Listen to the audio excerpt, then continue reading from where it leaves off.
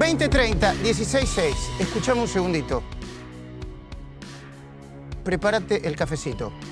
Enseguida venimos esta vez, ¿eh? No vamos a tardar tanto como otras veces. Enseguida venimos. Descubrimos, lo estábamos buscando hace tiempo, tenemos los papeles. Cristina Fernández, Máximo, Florencia, de la sucesión de Néstor Kirchner, ocultaron 5 millones de dólares. ¿Cuánto representa 5 millones de dólares para vos? Lo ocultaron, lo sacaron del circuito. Se lo ocultaron a la AFIP, se lo ocultaron a la Oficina Anticorrupción. Desapareció, pero los tienen. Nosotros los descubrimos y tenemos los documentos. ¿Estaba tranquila hasta hace un ratito la expresidenta? Que se empieza a preocupar. 20:48, primaveral el tiempo, ¿no? 16 grados. ¿Qué programa tenemos hoy? El título del editorial es Cristina en el barro, no se empiecen a enojar, yo les voy a explicar por qué, y desesperada. Voy de nuevo. Cristina en el barro y desesperada. Pero antes de meternos de lleno en el editorial, antes de presentar una mesa de lujo que tengo, ahora los voy a presentar, una información de último momento. La terminamos de chequear hace minutos.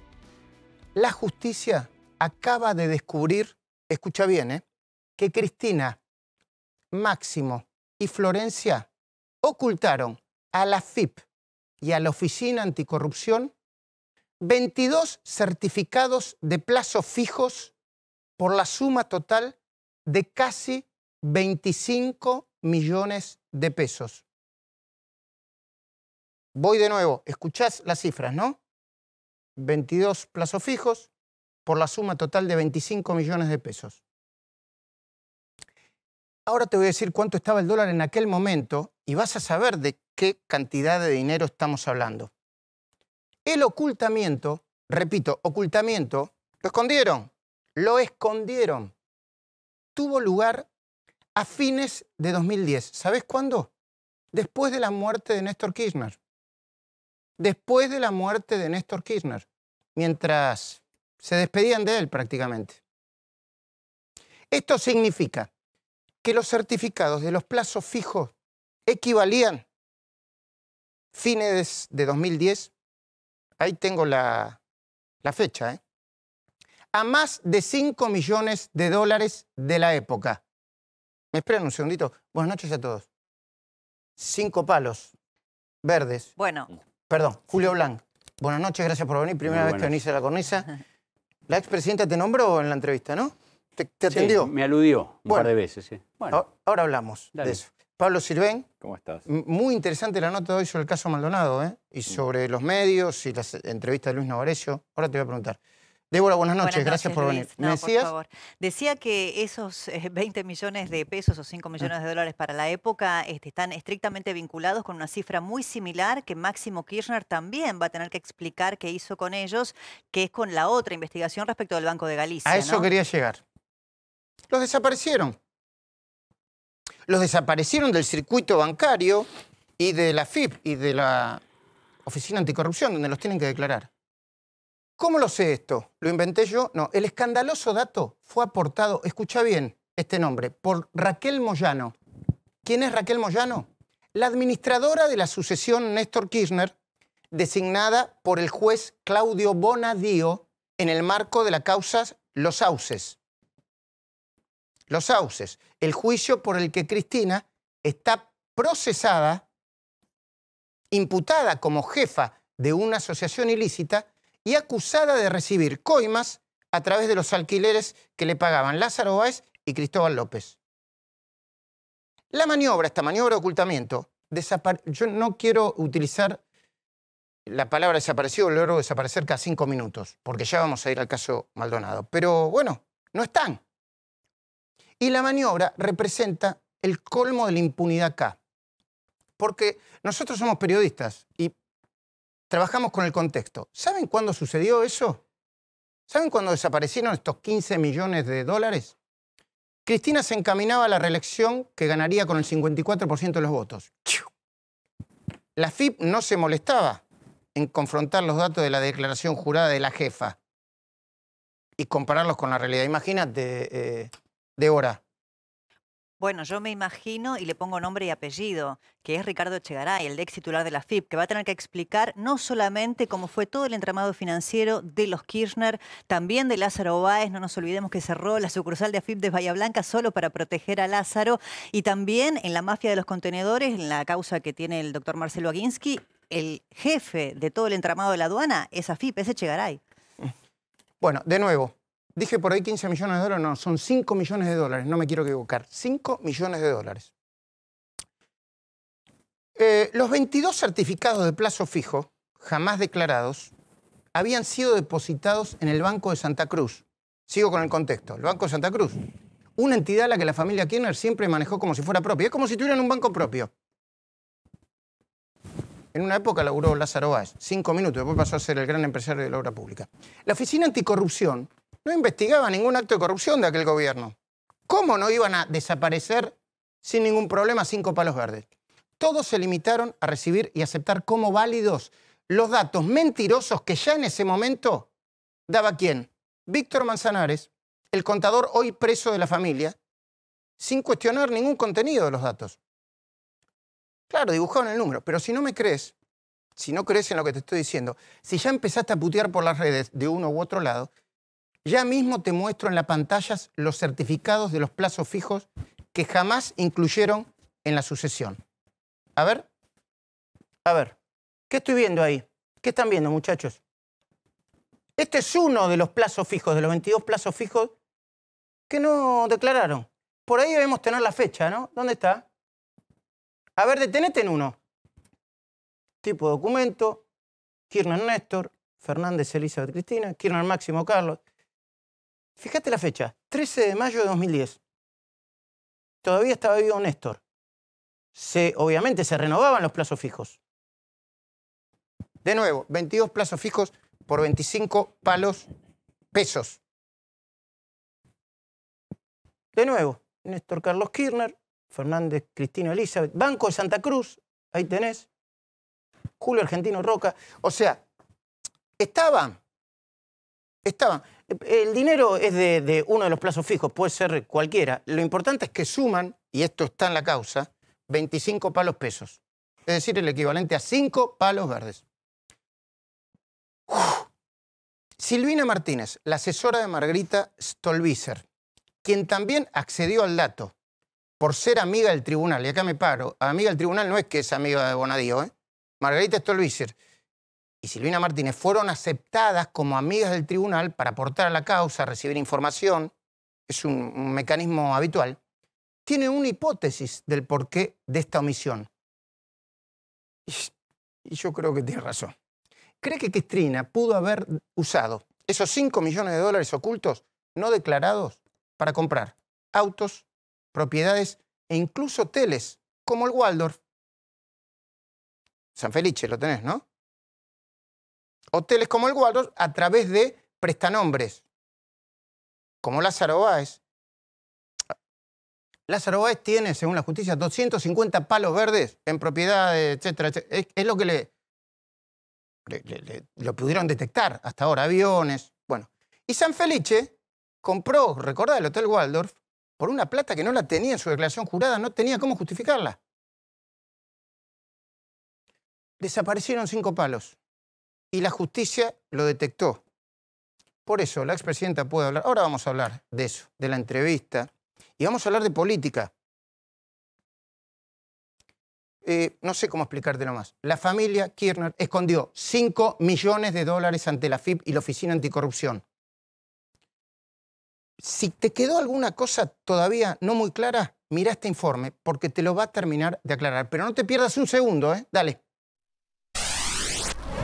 El dato es escandaloso. Cristina y también sus hijos, Máximo y Florencia, le ocultaron a la AFIP y a la Oficina Anticorrupción la existencia de 22 plazos fijos por un total de 25 millones de pesos. Lo hicieron después de la muerte de Néstor Kirchner, el 30 de octubre de 2010, cuando el tipo de cambio era de 4.6 pesos por dólar y empezaron a tramitar la sucesión. Esto quiere decir que porque omitieron declarar el equivalente a 5 millones de dólares. La existencia de los 22 certificados de plazo fijos no declarados y que fueron tramitados en el Banco de Santa Cruz fue descubierta por Raquel Moyano, la administradora de la sucesión Néstor Kirchner, designada por el juez Claudio Bonadío en el marco de la causa Los Sauces. Silvina Martínez, asesora de Margarita Stolbizer y amiga del tribunal en el mismo expediente, confirmó el hallazgo. Recordemos que la sucesión de Néstor Kirchner estaba compuesta por plazos fijos, empresas, los hoteles, propiedades, dinero en efectivo. Cuando Víctor Manzanares tiene que declarar, no solamente ante la sucesión, ante el juez de la sucesión de Néstor Kirchner, también ante la FIP y ante la Oficina Anticorrupción, cuántos eran los plazos fijos que componían la herencia de Néstor Kirchner, declara que eran 18 plazos fijos. En realidad había 40. Estos son los comprobantes de los 22 plazos fijos que se ocultaron de la sucesión de Néstor Kirchner. Se trata de dinero en negro, no declarado, plata fresca que usufructuaron los otros titulares de estas inversiones, Cristina Fernández de Kirchner y Máximo Kirchner. Nosotros hoy tenemos el comprobante de estos 18 plazos fijos que fueron declarados y de 22 plazos fijos que nunca declaró ni Víctor Manzanares ni Cristina Kirchner en sus declaraciones ante la Oficina Anticorrupción y ante la FIP. Eso significa que la sucesión de Néstor Kirchner no era de más de 60 millones, sino que tenemos que contar que era de más de 82 millones de pesos en el año 2010.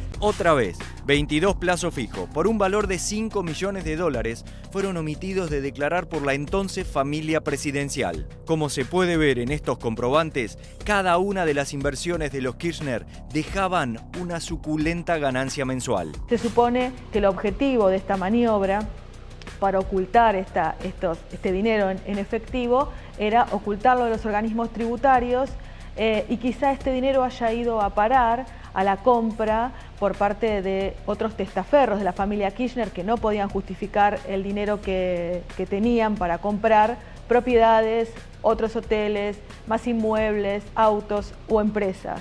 Esta es una maniobra que la justicia está investigando en este momento en la causa Los Sauces. En la misma causa también es investigado el actual diputado nacional Máximo Kirchner por la misma maniobra: ocultar, esconder dinero en efectivo en inversiones a plazo fijo. Es que Máximo Kirchner perdió, sacó, excluyó, ocultó del sistema bancario, del sistema financiero, 16 millones de pesos. Recordemos que Máximo declaró este año, en su declaración jurada que tiene que presentar todos los años ante la Oficina Anticorrupción, que él había gastado 20 millones de pesos en un año. Todo lo que había acumulado más o menos desde la muerte de su padre.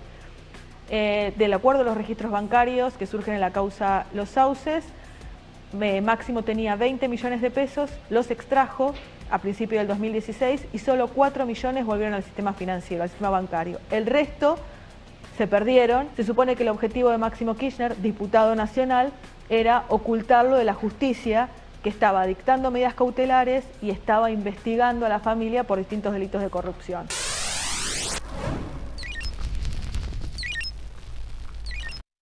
Esta mesa de lujo, como uno pierde la perspectiva, ¿no? 5 palos verdes. Es que es un modus operandi a esta altura, ¿no? Me parece esto que marcaban de Máximo Kirchner, que da algo así como 50.000 pesos por mes para vivir, porque en un año dice haberse gastado de los 20 millones de los plazos fijos, 16 porque 4 volvieron, no tiene manera de justificarse. Es el mismo modus operandi, ¿no? Insolventarse porque además tienen embargos de la justicia, digamos, y un recorrido judicial complejo por delante. Claro, y con las ratificatorias que hacen de las declaraciones juradas tampoco te cierra, porque digamos, no es plata. Ahora están haciendo una rectificatoria, claro, ¿no? Pero esto es lo de Máximo. Esto es de antes, ¿eh? Claro. 2010, es nuevo este dato. Fíjate que cuando en la entrevista con Luis, cuando le marca que entraron con 7 millones de pesos en 2003, que ahora no parece mucho, igual es mucha plata, en 2003 era muchísima plata, después llegan casi hasta los 100, ¿no? Y ella además naturaliza el tema de los alquileres, ¿no? Vos no podés alquilarle, si sos un funcionario de Estado, tan luego presidente de la Nación, a nadie. Pero además hubo hoteles, hubo construcción, Claro. hubo muchos negocios. Hablando de Luis Novarecio, dentro de un ratito vamos a hacer una entrevista con él mano a mano. Es desde su estudio, debo decir, a nosotros desde acá, con los colegas. Julio, vos dejás de pagar 100 lucas y tenés a la ¿De qué FIP como corresponde. ¿De qué tengo que pagar 100 lucas? No, digo, para. Avísame. Deja de pagar 100 lucas porque te olvidaste o porque tu contador dice, vamos a esconderla. Mucho menos que eso, Luis. Si te pasás se te demoró un anticipo de un impuesto, te avisan a las 48 horas, mire Sí. que esto no lo pagó. Pueden ser 5.000 pesos. Sí. Con una patente atrasada no puedes vender tu auto. Sí. ¿Y cuál es la mira política que le das a esto? Porque ¿La? mucha gente dice, otra prueba más. Sí. Perdón, está en un expediente no es que la inventamos nosotros, lo tiene el expediente Los Sauces Bonadío. ¿Y por qué no va presa? Pregunta la gente. Que la justicia tiene sus tiempos procesales. El problema de la justicia no es cuando empieza a funcionar lo que demora, el problema es el tiempo que estuvo sin funcionar. Entonces, las grandes demoras son porque la justicia no actuó, no hizo nada. Porque un juez, por ejemplo, estuvo 8 años sin mover la denuncia de José López, que había hecho carreo en el 2008, hasta que José López no fue descubierto, tirando, vaya a saber si la primera o la 25ª vez Claro. de llevar bolsos con dinero al convento.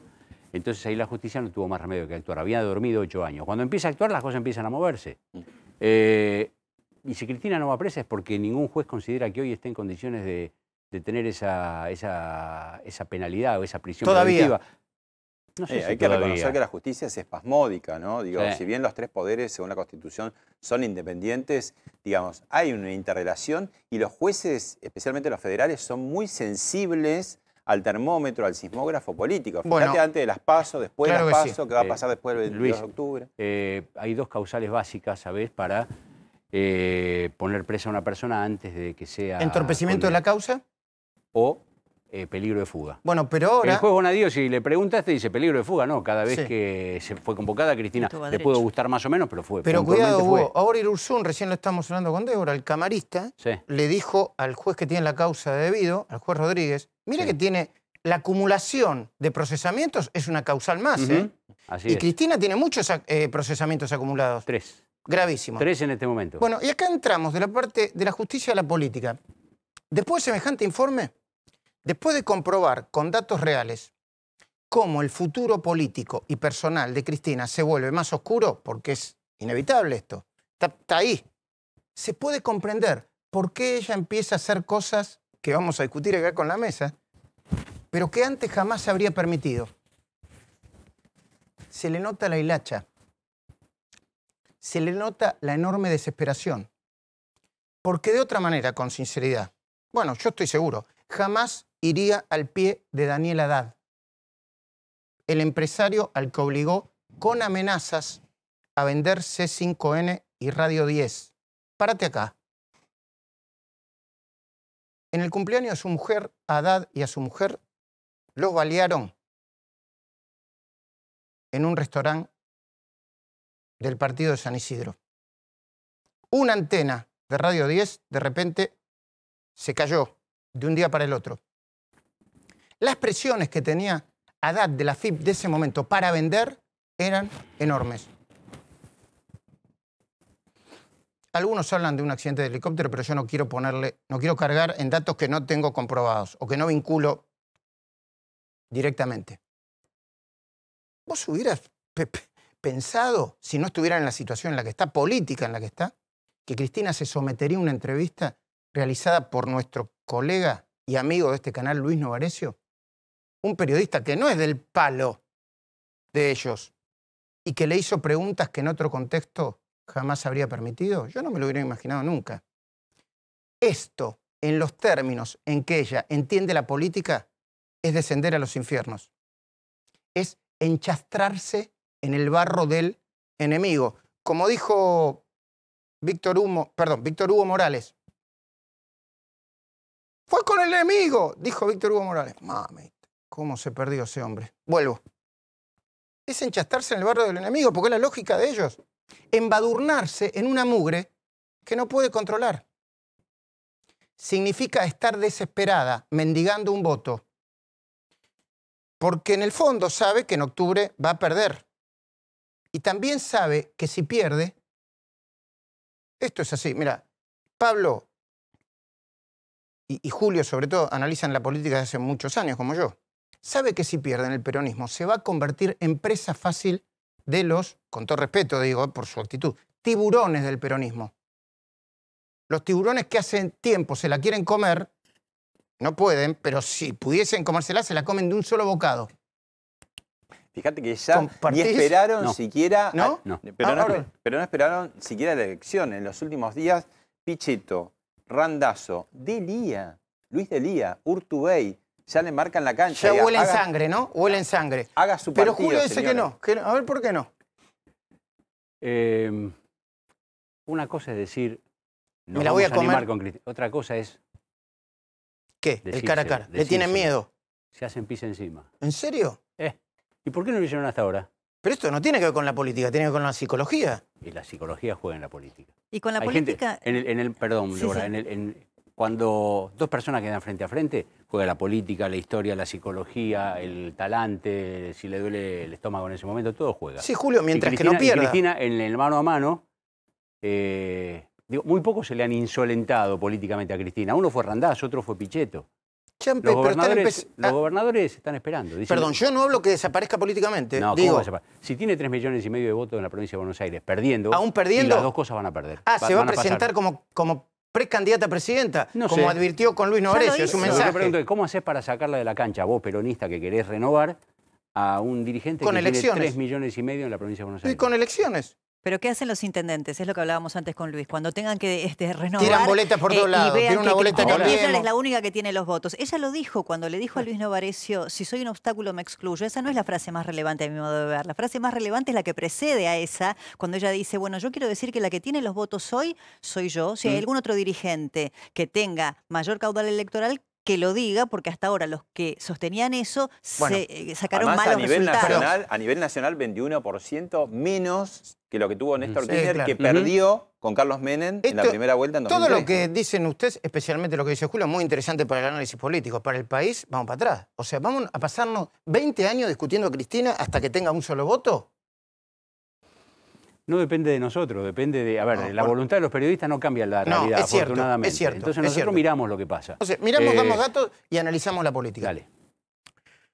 A ver, el último manotazo de ahogada que dio Cristina Kirchner, para mí, antes de conceder la entrevista a Novarecio, porque ese fue otro manotazo más, con quien vamos a tener un mano a mano en unos minutos, fue acusar al gobierno por la supuesta desaparición forzada de Santiago Maldonado. Ahora dicen que no, que más o menos. Lo acusaron. Macri, basura, vos sos la dictadura. Lo alentaron. Dos cánticos son. Macri, basura, vos sos la dictadura, que yo creo que espantó a la mayoría de los votantes, ¿eh?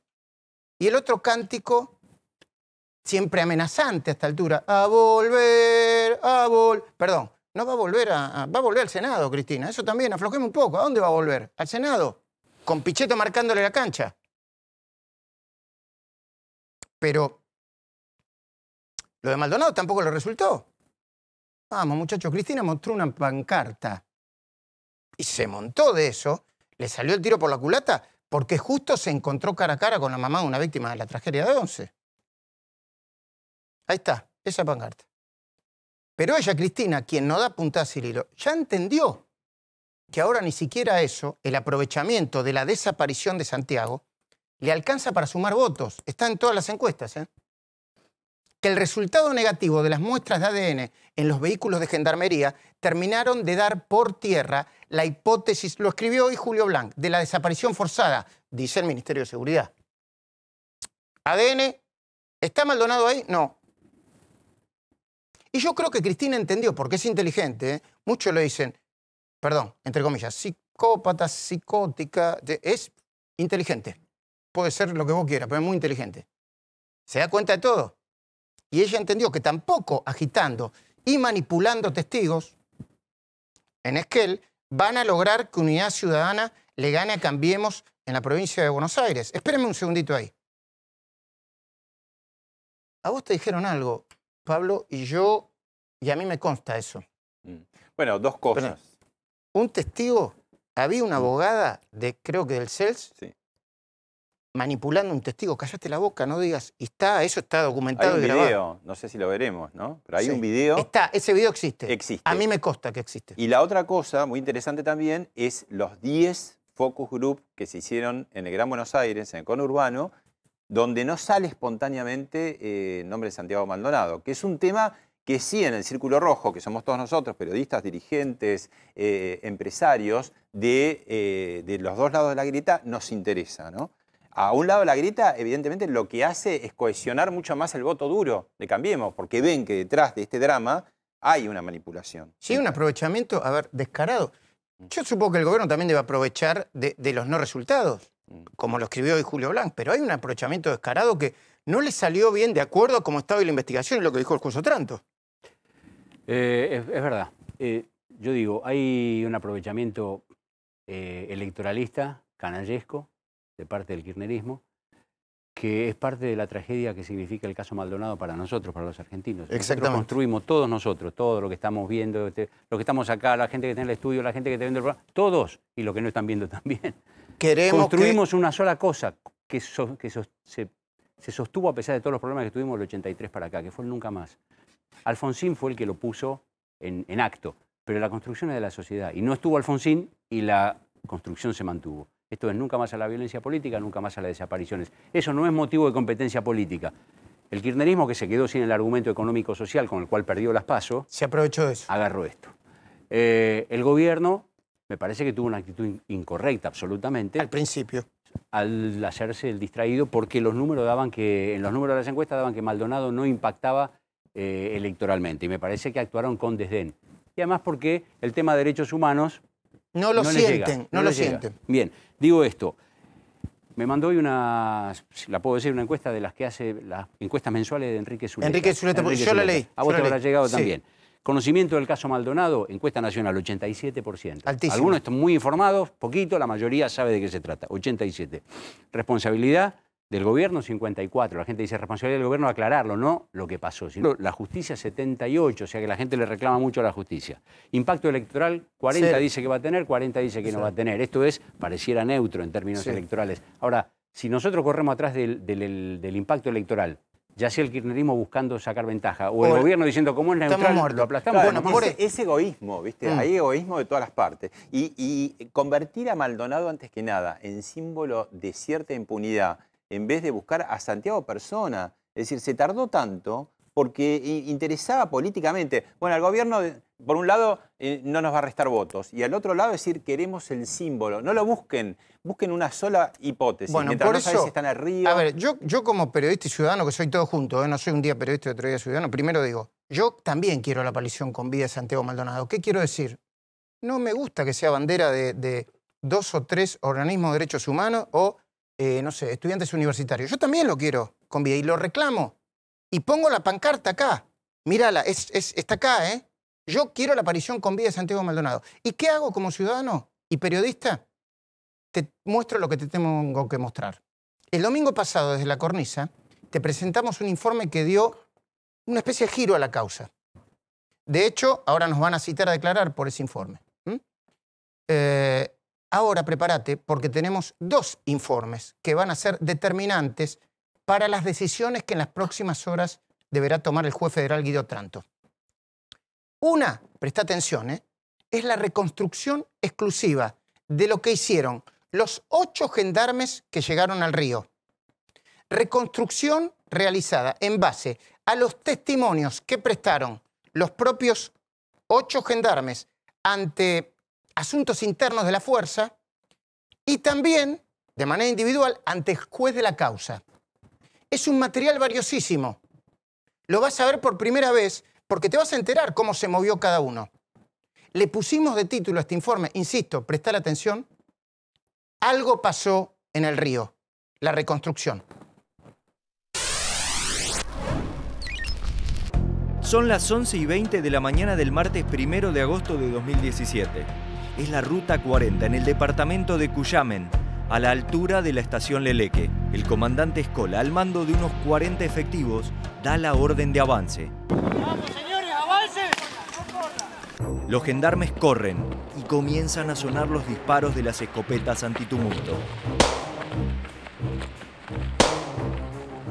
Los mapuches que cortaban la ruta corren hacia el interior de la estancia. Desde allí arrojan piedras a las fuerzas de seguridad.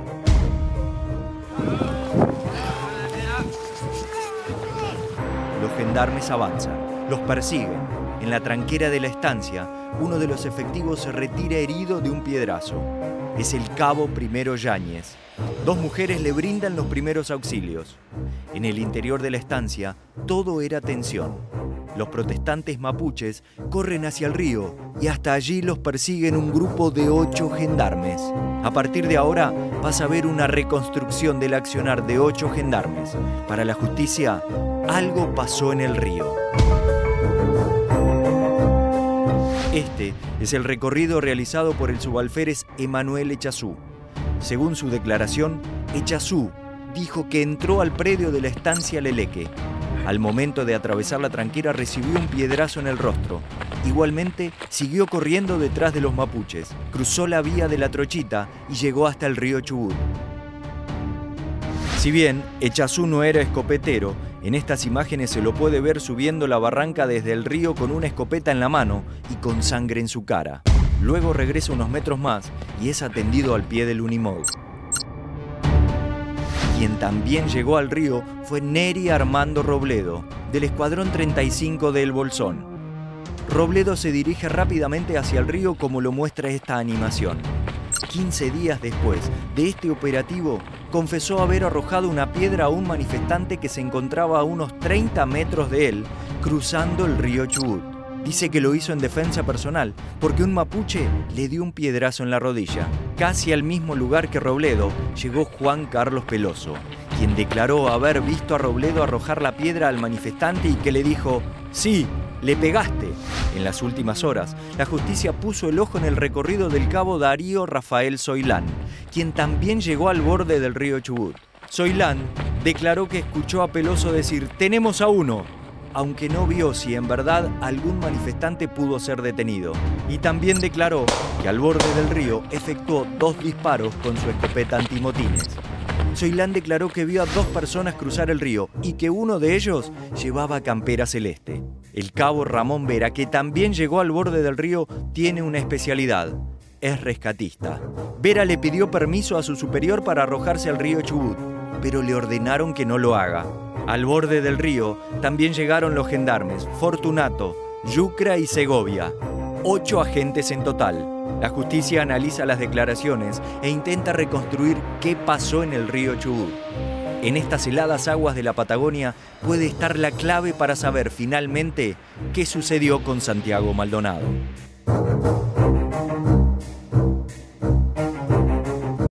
Bueno, enseguida les vamos a mostrar otro informe que es cómo están trabajando los buzos. Incluso creo que hay un material con cámaras GoPro por debajo del agua.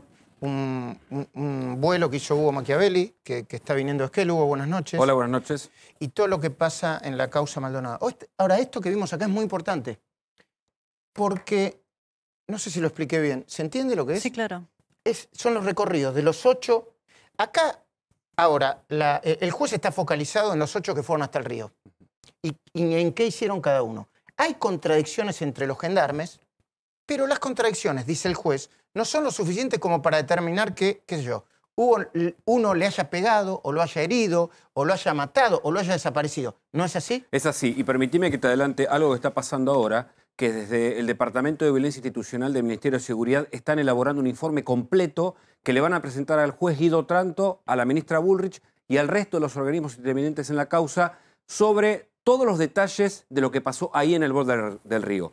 Recordemos que fue este departamento encabezado por Daniel Barberis y Gonzalo Cané, el auxiliar de la justicia que le permitió llegar justamente a la escena donde habría pasado... Vos estuviste toda la semana ahí, sí, ¿no? Claro. Bueno, ahora le vamos a mostrar varios materiales de Maldonado, incluido esta transformación de Flogger a Mapuche, sin reírse, porque tiene un análisis que para mí como papá sí que tenemos que analizar eso también, ¿eh? Pero no desde la frivolidad, analizarlo desde lo que le pasa en la cabeza a un chico que a los 17 es Flogger y después está con la causa RAM. Pero volvamos. Todo el mundo espera que los gendarmes se quiebren, que uno diga, sí, o este gendarme, tal y tal, disparó y tiró y quedó en el río o lo agarró. Y esto no sucede, Julio. Bueno, pero hoy el juez, para mí lo más relevante que pasó hoy como dato político respecto a la investigación por Santiago Maldonado son las declaraciones que hace el juez Guido Tranto, en el que hoy el propio juez dice que él maneja dos hipótesis. Una que o se que ahogó. se ahogó en el río o que lo capturaron. Y da un dato que yo no conocía, que dice que en las primeras horas después de la desaparición de Maldonado, cuando se presenta el habeas corpus, se presenta porque faltaba uno a la vera del río y que cuando él ordena los rastrillajes en el río Chubut, supo que a la mañana siguiente de la desaparición de este compañero, los propios mapuches habían organizado también un rastrillaje en el río y que no hay ninguna organización de derechos humanos que hasta ahora haya colaborado con la investigación ¿Que judicial. lo capturó quién? Preguntaba Julio. El juez no lo Que sabe. alguien lo capturó. Me parece lo que dice Débora es sin duda es el dato. Vos estuviste escribiendo hoy sobre el caso Maldonado y vos también. Es una entrevista, lo del juez es una entrevista de una colega de la Nación. Yo creo que una enviada de la Nación. Del diario La Nación. Muy buen laburo. Muy buen trabajo. Y hoy hay también en Clarín una nota de Nico Viñaski que dice que hubo un dirigente. Bueno, yo lo vi en las fotos. Un dirigente kirchnerista que está en organismos de derechos humanos y que además es delegado, es dirigente del gremio judicial en Río Negro, muestra la foto que si la estuvo ahí tenés todo por el ahí, tiempo, Ale. ¿no? Que estuvo ahí todo el tiempo, creo que se llama, no me acuerdo, Pastorini. Sí, Pastorini, Sí, que estuvo Y no todo es el tiempo y único. nunca dijo nada. Pero yo lo vi en las fotos que teníamos. No sabía que era un dirigente sindical, pero yo lo vi en una de las fotos que tenemos, sacando fotos, tomando fotos. A ver. ¿Pero que era un servicio de inteligencia o un dirigente? Perdón. No. A ver. Servicio de inteligencia no solo son los oficiales. Claro, No, yo por porque eso lo creo pregunto. que toman fotos. Algunos dicen que para resguardar la integridad de los mapuches. Hace bien. La gendarmería está ahí, nosotros documentamos todos. Ese dirigente juvenil estaba ahí y estuvo todo el tiempo ahí y no habló una sola vez de Maldonado y ni siquiera lo llamaron a declarar. Eso es lo extraño, ¿no? Sí, ahora, lo que muestra tu informe, lo que surge, es que todos los relatos que se van teniendo, muchos contradictorios, sí coinciden en que en un punto se corta, y se corta cuando están cruzando el río. Ni siquiera tenés un relato de la llegada al otro lado. Del Unimog, de camionetas ni nada, ya no se habla más. Con lo cual, el juez, justamente es el textual que ponemos en tapa de hoy de La Nación, lo que dice es, parece razonable que se haya ahogado. Lo cual me parece imprudente también, ¿no? Porque digo, acá no hay nada razonable. No, si hay algo que no es razonable... Lo imprudente es que el juez diga eso. Claro. Yo te voy a decir una cosa. El gobierno, la gendarmería y la mesa más chiquita que esta de Cristina creen que Maldonado está muerto. Vos lo escribiste hoy. Creen que está muerto. Está bien. Bueno, Solamente hay una voz que yo escuché en el Ministerio de Seguridad que dice, no es seguro. ¿Por qué? Porque cuando llevamos los perros, esos especialistas en seguir rastros, que los trajeron de Santiago del Estero, siguiendo el olor del buzo negro que usaba Maldonado. Y se olió ropa de Santiago Maldonado. ¿Vivo en dónde? ahí, Cerca como de... cruzando el río. Bueno, pero era, como dicen ellos, el rastro vivo. Bueno, dice, no apareció el cuerpo, ¿por qué vamos a estar seguros que está muerto? Toda la política está seguro que Santiago Maldonado está muerto. Antes de presentar este informe es un laburo, insisto, es un laburo tremendo hacer un informe así, ¿eh?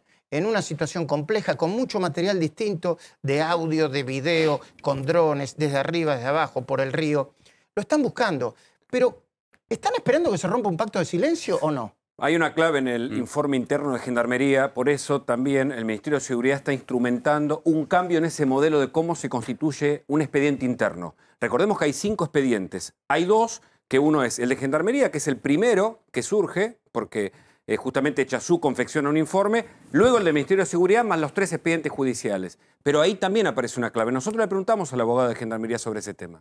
Bueno, ¿qué es lo que vamos a ver ahora, Hugo? Insisto, no se vayan de la pantalla. Es un informe para verlo con mucho detenimiento para entender qué pasa con el caso de Maldonado. Un costado es el jurídico y de los expedientes. El otro costado el de la búsqueda, Luis. En esto yo te digo, habiendo compartido parte del procedimiento, se juegan la vida. Volar en la montaña, dicen los pilotos, lo más peligroso del mundo. Es una locura. Porque te agarran Por el viento. Sí, y te pueden tirar abajo un helicóptero. ¿Vos te subiste arriba de uno? Sí, de uno de los helicópteros. Y la verdad tuviste que, una turbulencia, ¿no? Sí, Bueno, difícil, el camarógrafo se descompuso incluso. Bueno. Pero más allá de eso, la verdad que hay que saber lo que es un lugar casi inexpugnable en todo sentido. Compartamos la búsqueda de Maldonado en las últimas horas, ahora mismo.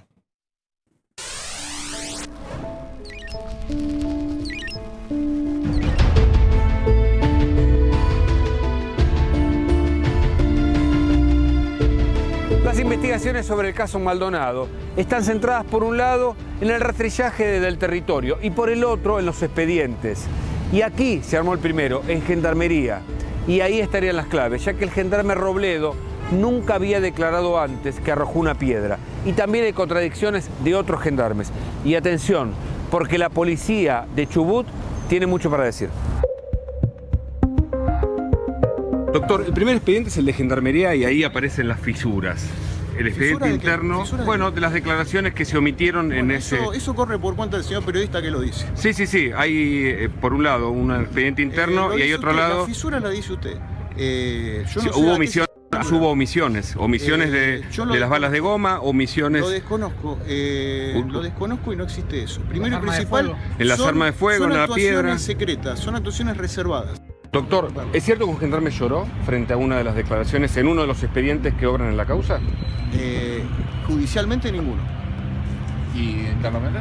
No sé, desconozco. La búsqueda de Santiago Maldonado está centrada en el río. Para los buzos no es fácil por las piedras y por los árboles. También se utilizan perros y, por supuesto, en el aire, drones y helicópteros.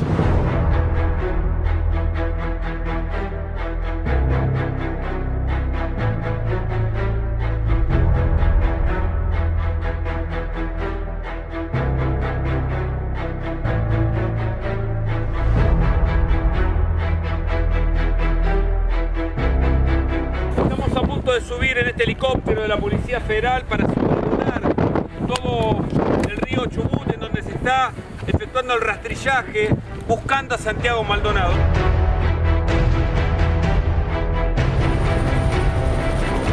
Estamos sobrevolando en Esquel, el helicóptero se mueve bastante.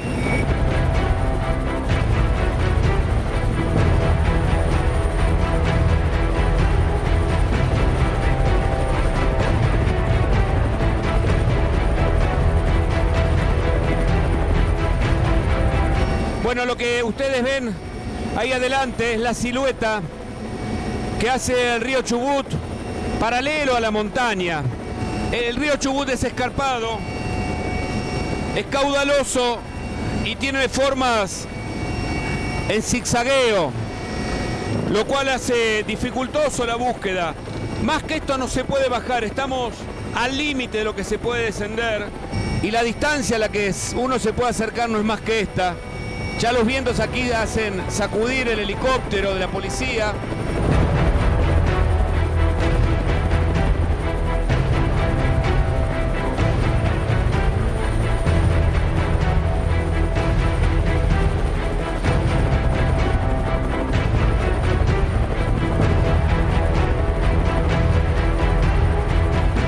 Estamos sobrevolando el lugar indicado donde empieza el rastrillaje, sobre la ruta 40. Ahí lo ven, la ruta 40, el ingreso, se ve el puesto de guardia de la comunidad Pulov y atrás el río.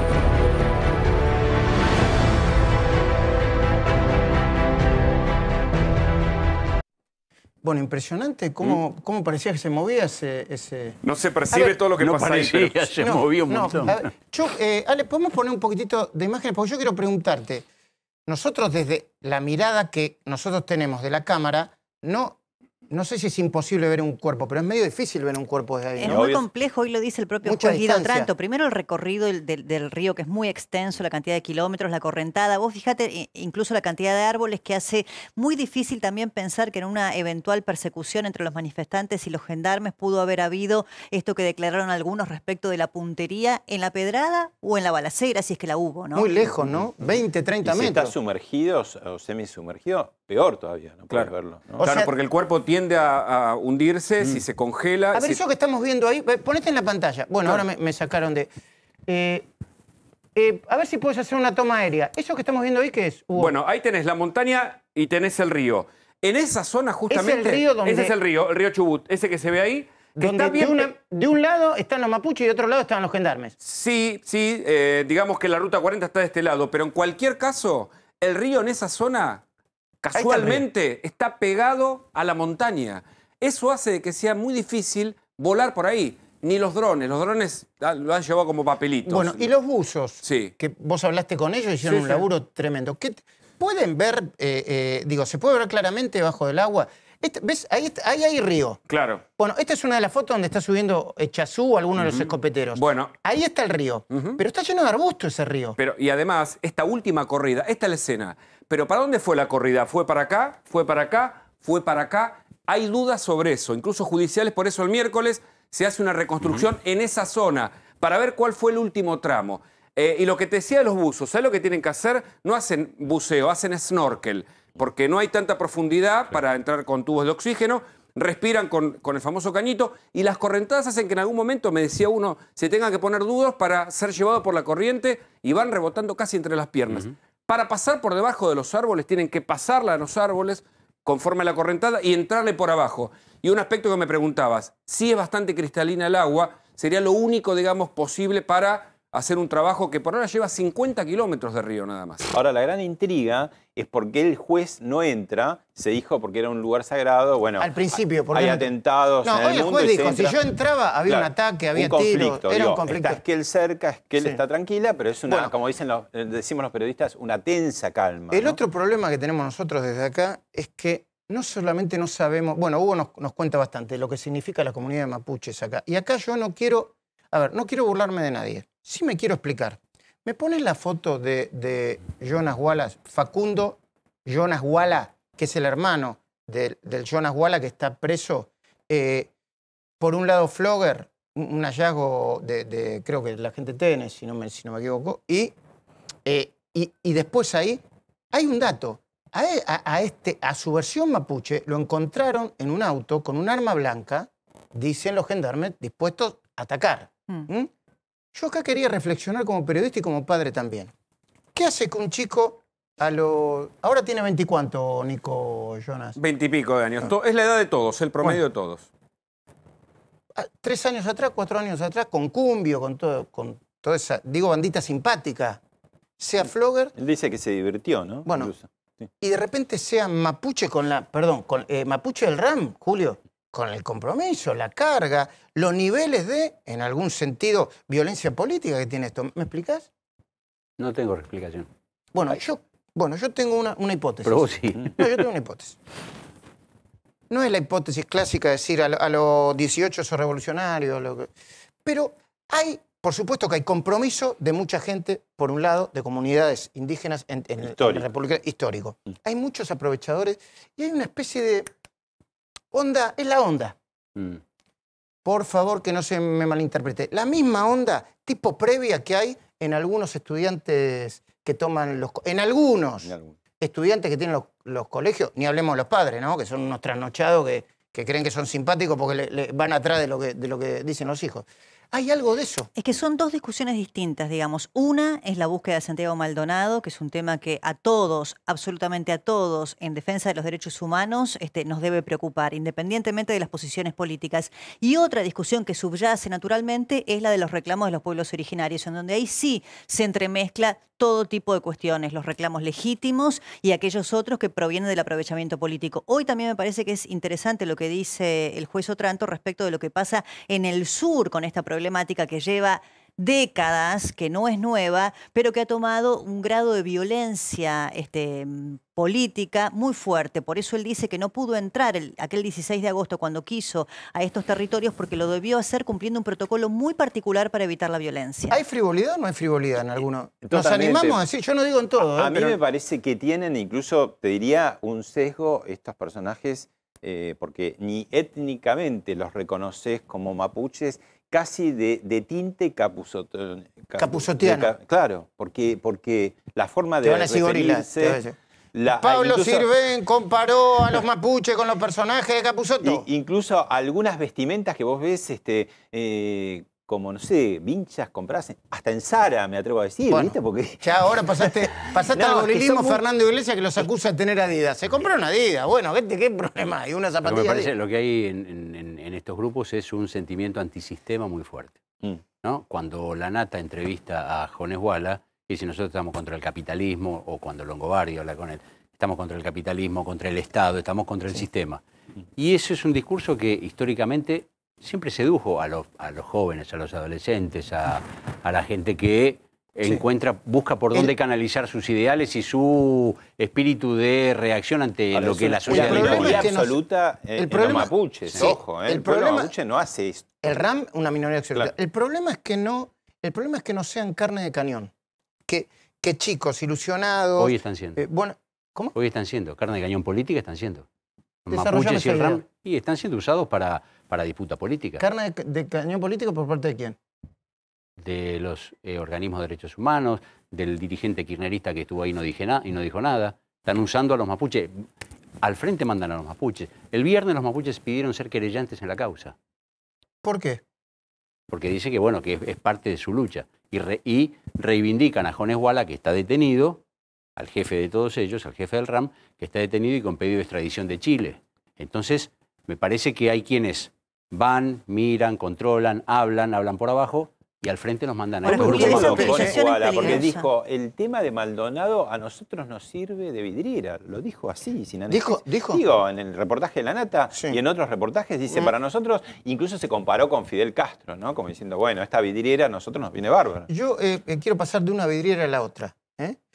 La semana pasada sucedió algo muy importante desde el punto de vista del impacto mediático y político también. Nuestro colega Luis Novarecio entrevistó a Cristina Fernández de Kirchner. Que le hacen una entrevista, que no le hacen una entrevista. Yo les quiero preguntar a ustedes, enseguida vamos a estar con Luis. Se me dicen que ya está preparado en el estudio de Vocir, vamos a hacer un mano a mano. Tengo ganas de preguntarle, pero muchísimas cosas.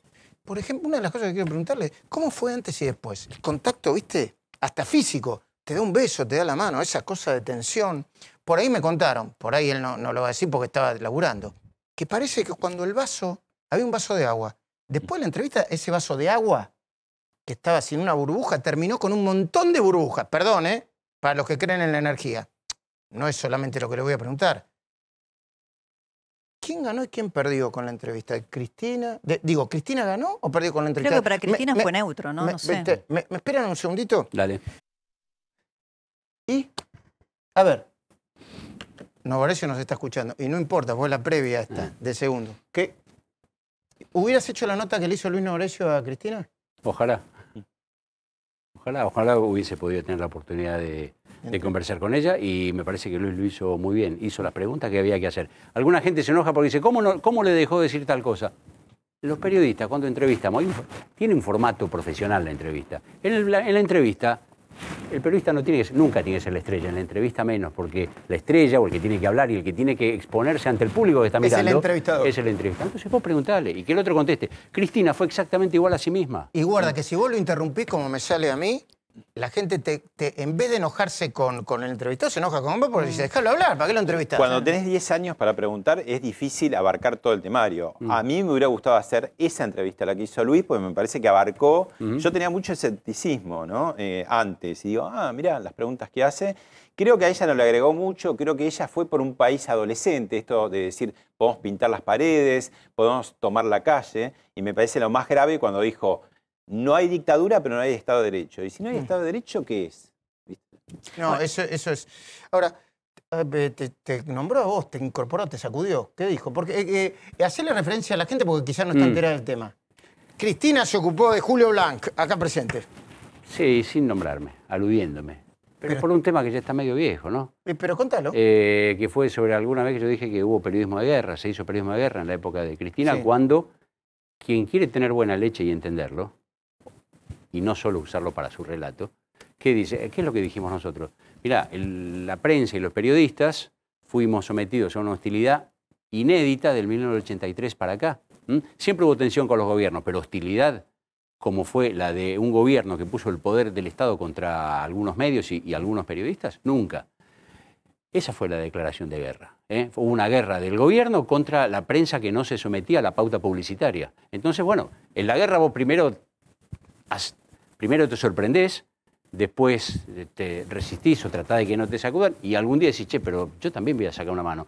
Y Esa es exactamente la conducta profesional que uno quisiese tener siempre. Es la que pudimos hacer en ese momento. Ahora, si lo querés entender distinto, si querés hacer de esto un relato y victimizarte, es problema tuyo y de cuánta gente te cree. Ese es el cinismo de Cristina, haber tomado esa frase para justificar su ausencia en todas las entrevistas que no dio durante su mandato. Y lo más grave aún es que vos podés entender que los medios privados tengan líneas editoriales. Lo que no se puede justificar nunca es lo que pasó con los medios públicos durante el kirchnerismo. ¿Le puedo pedir, ya estamos en conexión con Luis Novarecio, ¿no? ¿Lo tenemos, Alejandro Salinas?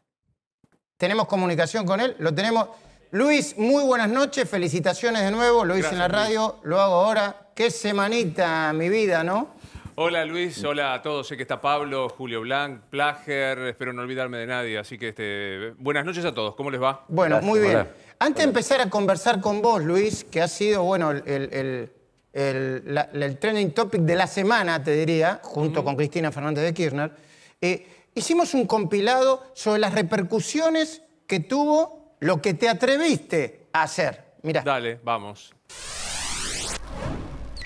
Buenas tardes a todos, son las 15:01, estamos en vivo. Vamos a tener una charla de aproximadamente 60 minutos en vivo con la doctora Kirchner. Saliste bien parado en una situación en la que era más fácil tirar la carrera por la borda. Tomé nota del riesgo, etcétera, etcétera. Mira, ¿tomaste nota de qué riesgo, perdón? De que si no estaba yo a la altura, se me iba a poder venir en contra el que no tenía rigurosidad periodística. ¿Qué implicaba no estar a la altura, Luis? No preguntar. Es muy interesante escucharla y escuchar los disparates que dice Cristina Fernández de Kirchner, que son desmentidos por la realidad. Uno escuchándola, Nelson, a mí lo que me pasa a Cristina Kirchner, que todo lo que ella dice es como si estuviese hablando de su gobierno. El nivel de cinismo y de actuación de Kirchner es una cosa fabulosa. Te voy a dar una primicia maravillosa.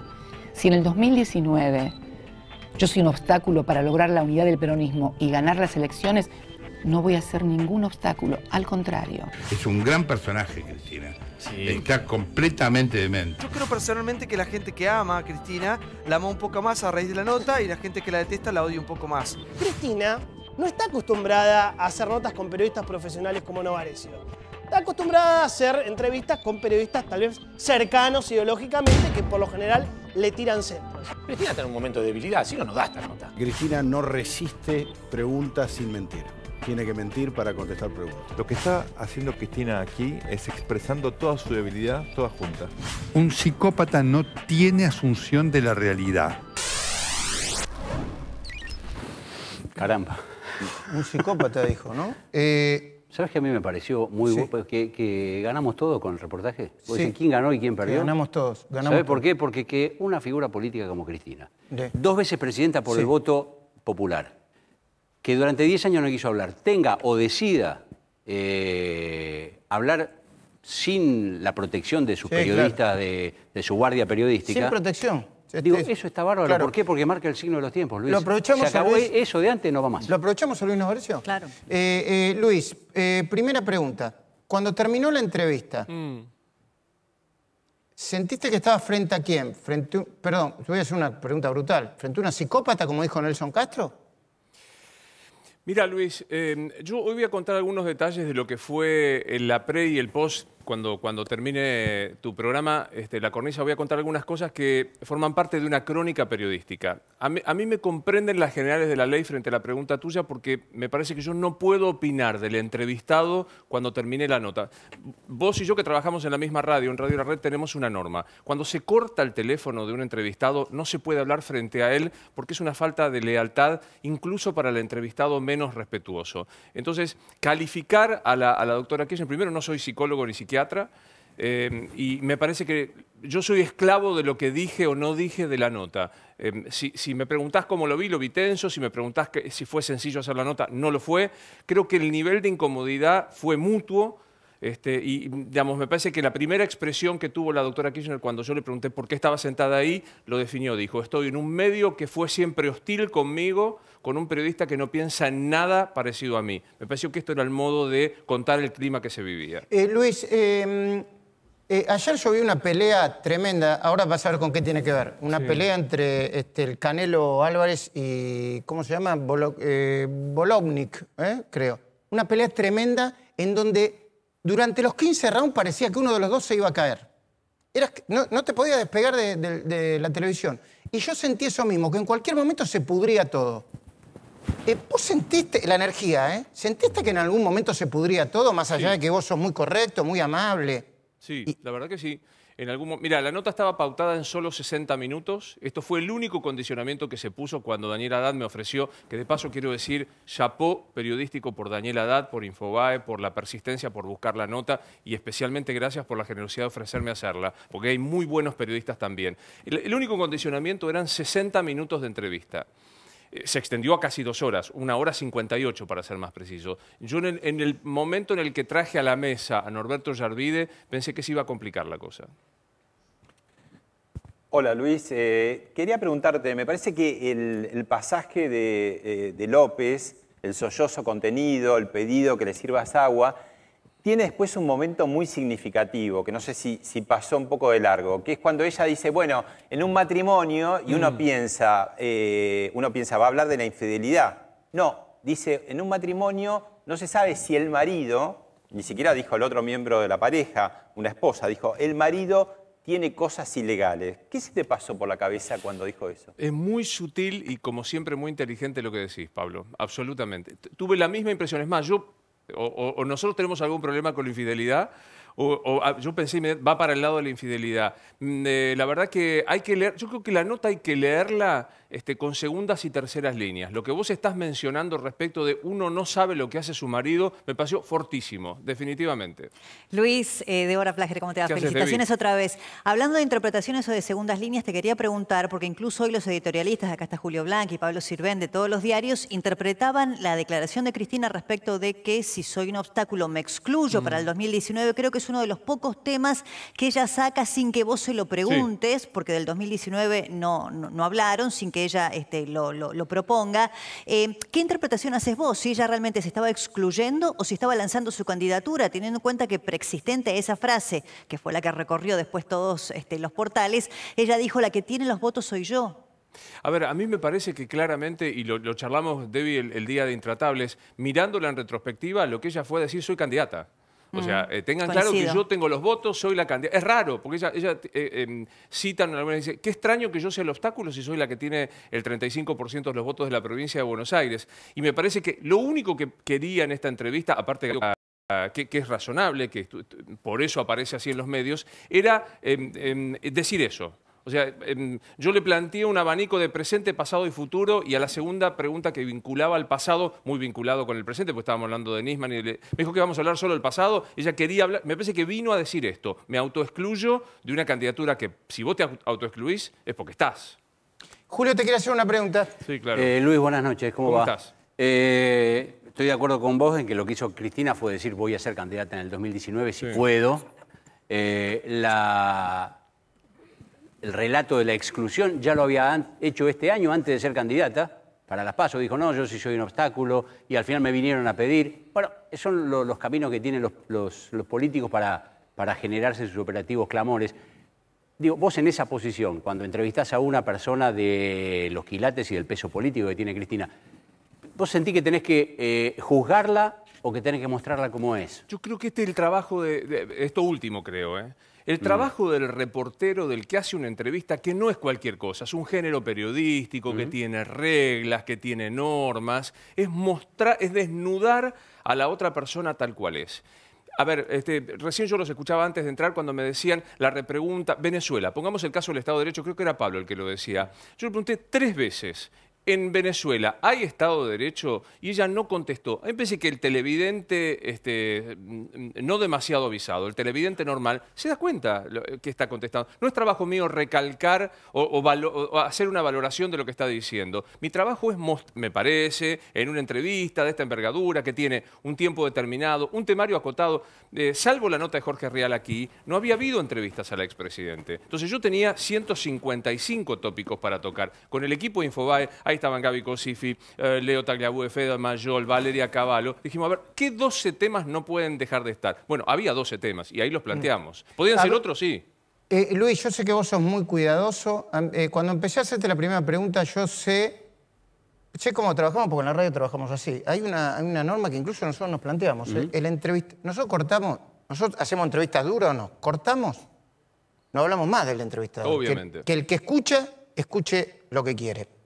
Sí, luego uno, en una entrevista de esta envergadura, Luis, puede comparar cuándo mintió, cuándo se contradijo, cuándo no. Eso es comparación de datos, ¿no? Sí, claro. Bueno, yo como te conozco, Luis, espero, estoy seguro, porque sos muy riguroso y estuvimos trabajando, en que tarde o temprano esa comparación de datos entre lo que dijo y la realidad la vas a hacer. Y no es no es faltarle respeto eso, ¿no? Eso es otra cosa. Bueno. Eso, estoy totalmente de acuerdo. Eso es otra cosa. Que uno analice con la rigurosidad de los datos no es hablar del entrevistado. Bueno, es contrastar datos. Porque nosotros que estamos... Sí lo podemos hacer, ¿eh? Claro, digamos, es más, yo siempre digo lo mismo, y hoy vamos a tener invitados, hoy va a estar el fiscal Campagnoli, va a estar Eduardo Feynman, va a estar Sole Largui, bueno, aparte de Maravilla Martínez, estoy vendiendo el programa, Majul. Me parece muy bien. Estás haciendo lo que corresponde. De Imanol Arias y de Paula Cancio. Sí. Digo, hoy Feynman seguramente estará enojado o no con alguna cosa, y está muy bien, y yo me la tengo que fumar. ¿Yo por qué voy a hacer esto? Porque yo quizás esto no me lo puedo responder. Pero yo esta pregunta la tengo que hacer. Se lo pregunto a un analista político.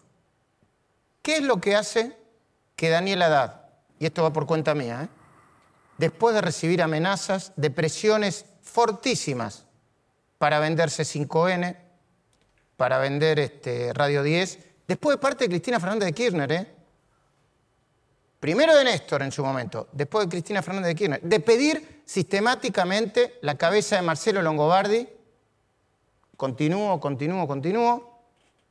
tome la decisión de recibir en su casa nada más y nada menos que a la persona que le hizo vender parte de sus medios que hoy, y me consta, añora. Que hoy añora. ¿Tenés respuesta para eso? ¿Está Haddad en línea? ¿Está Daniel en línea? No. No, diga no. Sí, digo, lo invitamos, pero me prometió que antes de fin de año va a estar. Si Daniel Haddad va primero a tu programa que el mío, quiero que sepas que entro con ya tengo una promesa previa. Con la patota de Independiente, con el Pepochi Álvarez. No. Digamos, lo tengo que contestar. A ver, ¿qué impresión tengo yo y de lo que he charlado? Haddad es químicamente puro un periodista. Es un tipo química, digamos, no tiene otra vuelta. Hoy es un empresario exitosísimo, un tipo... Y para cualquier periodista, en serio, de los que están allí sentados y los que nos están viendo, la nota era Cristina. ¿Qué hizo? Consiguió la nota que todos buscaban. O sea, eligió, eligió los clics en su... Eligió los clics, eligió el poder decir fue la primera nota después de que dejó la presidencia. El tipo es un periodista. Lo que pasó personalmente con el apriete que contó en esta casa, se lo contó a Fantino en esta casa, el apriete para que venda radio. Yo trabajaba ahí. Yo trabajaba en el momento en que... ¿Por qué hubo apriete? Se cayó la antena. Yo trabajaba en el momento en que volvimos a Uriarte y Nicaragua porque parecía que Daniel se quedaba con la 10 de vuelta. O sea, no me lo contaron, lo viví. Debbie trabajaba ahí. O sea, estamos ahí trabajando todos juntos. Yo creo también que habrá que leer en algún momento, y no, es simplemente una opinión, el nivel de, primero de generosidad de una persona que recibe en su casa a quien lo apretó. Y después el análisis de, en el final de la rueda, usted vino a mi medio a pedir libertad de expresión y yo se la di. No es poco, ¿no? Fue al pie, digamos, ¿no? Es una revancha también. Es una lectura, la lectura. Ahora, había una cosa también de la entrevista al final que te quería preguntar que me llamó mucho la atención. Si no conté mal, cuando termina y vos le decís si se sintió bien y todo, si dijo la verdad, ella dice 5 veces, no sé si fueron más, yo conté 5, vos sabés que dije la verdad. ¿Qué quiso decirte?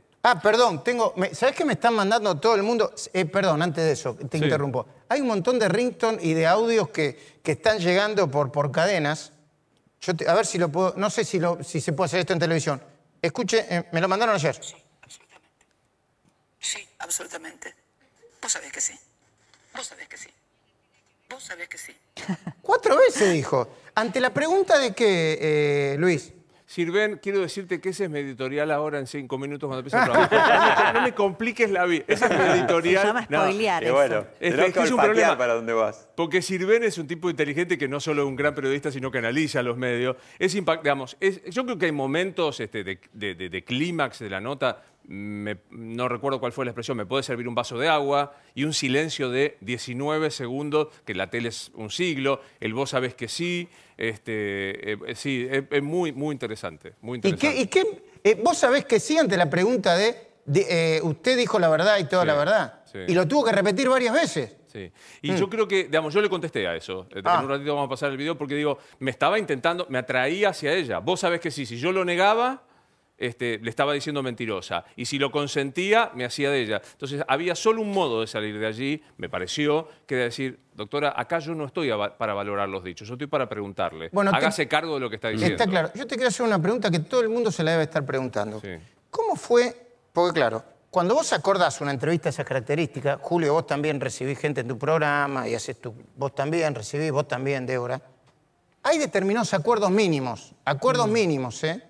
Y en la previa se supone que como hay acuerdos mínimos de convivencia, todo el mundo se saluda, se da besos, hola, ¿cómo está?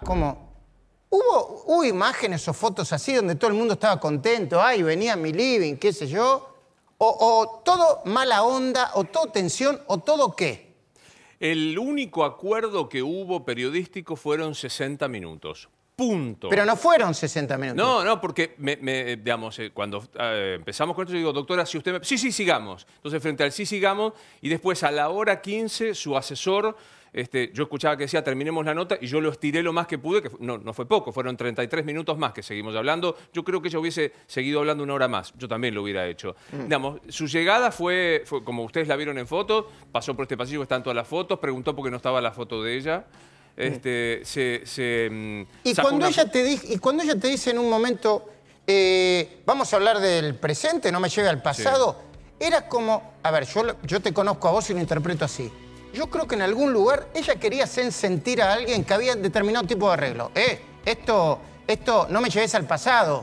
Era como le faltaba decir, habíamos acordado. ¿No acordaron el pasado, el presente, el futuro? Cero. No hubo ningún tema que se vedara, ningún tema que se dijera que no. Lo que no se preguntó es porque no hubo tiempo, que no hubo tiempo, por supuesto. A mí me hubiera gustado, por ejemplo, preguntarle su relación con el Papa, me hubiera gustado preguntarle por su relación con sus hijos, me hubiera gustado preguntarle millones de cosas. No hubo tiempo o porque personalmente decidimos no abordar. Mirá, yo te cuento algo. Y lo vi a Nelson Castro recién y le mando un gran abrazo a muchísimos de los colegas que aparecieron allí, que me mandaron mensajes muy, Jorge Fontevecchia, Jorge Fernández Díaz, me mandó un mensaje que agradezco mucho. Perdón a los que no nombro. Yo tenía la decisión de preguntarle por su estado de salud. Me parecía que que iba a decirle, mire, el estado de salud es una cuestión privada, pero como se ventiló su estado de salud... ¿Y qué pregunta iba a ser textual? Textualmente le iba a preguntar cómo estaba de salud y si era cierto que se había atendido con el neurólogo que invoca Nelson Castro, que es el doctor Lagomarsino. ¿Y qué implicaba eso, Luis? Hablar de algo que se publicó en todos lados y que ¿vinculado con su supuesta bipolaridad? Obviamente.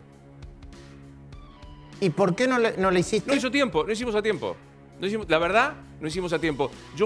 Si vos te fijás la nota, los primeros 21 minutos son de dos temas que a mí personalmente me interesan mucho, que son Alberto Nisman y especialmente el memorándum de entendimiento. La verdad que creo que ahí, en el afán de seguir discutiendo, me extendí demasiado en el tiempo, pensando que eran solo 60 minutos. Y empezamos a acelerar los tiempos para la entrevista. Luis, ¿entendieron los familiares de las víctimas de las tragedias de Once que no habías hecho la pregunta por parte del tiempo ante la disculpa que le... Eso fue un olvido. No lo sé si lo entendieron, yo pedí disculpas el viernes, porque cuando estábamos hablando de Maldonado, le pregunté por Jorge Julio López e inmediatamente venía a decir por qué nunca estuvo con un cartel de la tragedia de Once. Y lamentablemente no, porque digamos, el ingreso de subordinadas, pues, a cada tema venía uno que se introducía, hizo que yo, de verdad, y me lo reprocho, no traje la tragedia de Once a la mesa. Luis, ya está empezando tu programa, tengo 2 o 3 cositas. Cuando quiera nos despedimos, pero hay algo que te quiero preguntar íntimamente, porque vos sos una persona sensible. ¿Sí? ¿Cuál fue la puteada que más te dolió, vinculada con si hubo, ¿no? Vinculada con la entrevista? ¿Y cuál fue el mensaje que más te hizo bien o te enriqueció? Mira, las puteadas vinieron por redes y no vi redes. O sea, me lo cuentan acá los productores. La verdad que tomé la decisión de no ver, no ver ni Twitter, ni Facebook, ni Insta. Hoy empecé a ver un poco Instagram y demás. Obviamente, como todos los días, yo salgo a caminar, el viernes fui a un teatro, después tuve una cena y demás, y en la mayoría hubo decir qué difícil o que estuviste bien, y hubo puteadas. Mira, el acomodador de los autos del CCK, a donde el viernes fui a presentar un libro, me dijo, la tenías que haber puteado, le tenías que haber dicho chorra, le tendrías que haber... Le expliqué cuál era lo mío y ahí llegó. Las otras puteadas, bueno, el que no entiende que estamos sometidos a la consideración pública, me parece que no puede laburar en la tele, que labure en el banco hipotecario. Claro que sí. Luis, vamos a esperar muy atentamente tu editorial con esos condimentos y esos contenidos que tienen. Nos vemos mañana a las 9 para hacer el pase. O ahora estás agrandado y no me vas a recibir después de tu programa. Vos sabés que sí. Vos sabés que sí. Vos sabés que sí. Vos sabés que sí. No sé si la última la puteada no hubo entonces, decís. No. Recibí mensajes de todo tipo. Qué sé yo, está bien, o sea, que algunos te digan que arrugaste, que no. Está bien, está todo muy bien. ¿Hubieras vuelto a hacer la misma entrevista? Lo que hice absolutamente. Yo sobreactué el respeto. O sea, sobreactué el respeto porque, y explico por qué. Primero porque es una expresidente de la Nación con 2 veces elección popular y no menor. Pequeño paréntesis, estoy seguro que muchos de los que me putearon creen que soy el eje del mal porque no la insulté, pero estoy convencido que la votaron. Cierro paréntesis.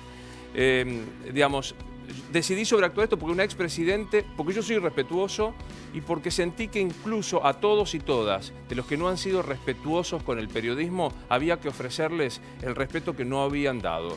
Esta historia de, viste que yo te digo todo el tiempo, no hay que comerse al caníbal. Bueno, yo digo, vamos a contar que en el periodismo se puede hacer periodismo preguntando, respetando y dejando que el que elija es el televidente o el lector o el escucha. Compartimos el pase mañana a partir de las 9 en Radio La Red AM910. De paso pasamos el chivo.